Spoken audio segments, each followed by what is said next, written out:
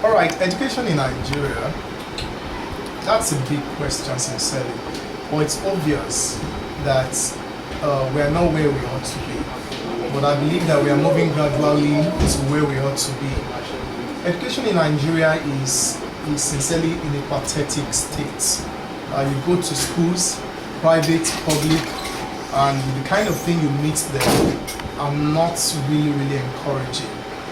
For instance, even the universities that are turning out graduates. But then, in terms of digital, many schools are still far away from digital applications in the classroom. And I want to encourage school proprietors to begin to consciously make efforts to invest in technology for their children. It's not about the technology, it's about learning. But the 21st century that we are in now, you can't take away technology from the classroom and expect your pupils, your students to be prepared for the future that you really are preparing them for. Many schools write at the slogan that they prepare their students for tomorrow, but very few schools are actually doing that. You go to many schools, a lot of technology tools that are needed in classroom are missing. And so the question is, who is to be held responsible, not who is to blame this time around. And it has to do with visionary leadership of the owners of the school, of the leaders of the school, the principals, the teachers themselves. And if all of these things can be put in place, I think we can move forward. Then finally, in regards to what can be done to move forward, I think first we need visionary leadership in schools.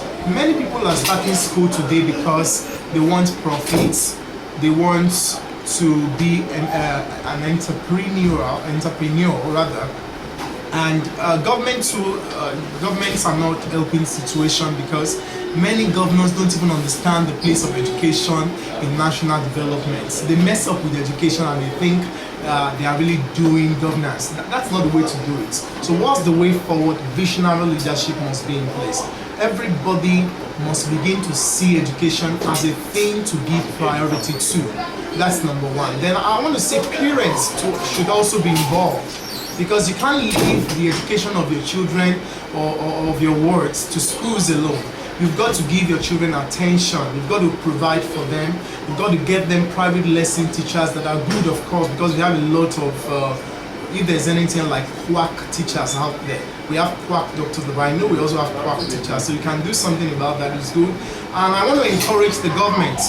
Government should invest more in education. There is nowhere in the world where you see leaders of a nation investing this little in education. Nigeria, we need to brace up in terms of our budget, what we allocate, and that is not just what the problem is. When you allocate money into education, you need to follow it up to ensure that it actually gets to where you allocate them to. It's one thing to allocate 100 billion naira, and then by the time you look at the situation of things, they've not even spent 1 billion out of that 100 billion. So we need to check where our resources going. That's one. Then I want to encourage schools to begin to pay attention to professional development of teachers. Many schools don't even think about that. It gets me worried that if you get sick as a person, you see a need to go to hospital and take drugs, but when it comes to your teachers, you don't improve them, you don't update them. You use laptops, you use phone, you see a need to upgrade them. But when it comes to your teachers, you don't see any need to upgrade them. You feel they know it all. Let me tell you this. I met a school proprietor of a great school in Nigeria, and we were going to organize a professional development training for the teachers. And to my amazement, the proprietor said their teachers didn't need training, that they were good, that the teachers were just the best in town, and the teachers were do you know why she said the teachers didn't need training? Because they were very old, some of them 40, some of them in their 50s, and he felt they had decades of experience, and because of that they didn't need training. I think that's just an oversight and a great blunder.